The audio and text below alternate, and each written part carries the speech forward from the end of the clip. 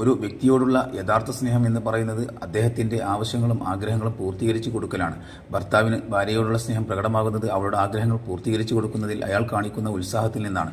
അതില്ലാതെ അവളെ വർണ്ണിക്കുകയും പുകഴ്ത്തുകയും ചെയ്താൽ അയാൾ അവളെ ആത്മാർത്ഥമായി സ്നേഹിക്കുന്നു എന്ന് ഒരാളും പറയില്ല. അയാൾ അവളെ പരിഹസിക്കുകയാണെന്നേ പറയൂ. ഒരു വിശ്വാസി പ്രവാചകനെ സ്നേഹിക്കുന്നതിൻ്റെയും അവസ്ഥ ഇതുതന്നെയാണ്.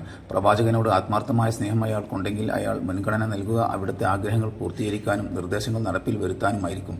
അവിടുത്തെ അനുചരന്മാർ പ്രകടിപ്പിച്ചിരുന്നത് ഈ വിധമുള്ള സ്നേഹമായിരുന്നു.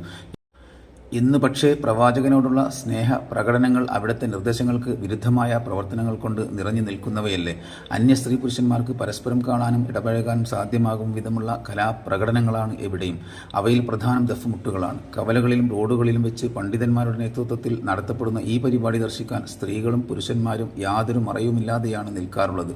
ഘോഷയാത്രകളുടെ അവസ്ഥയോ അവയിൽ അധികവും യാത്രക്കാർക്ക് പ്രയാസങ്ങൾ സൃഷ്ടിക്കുന്നവയാണ്.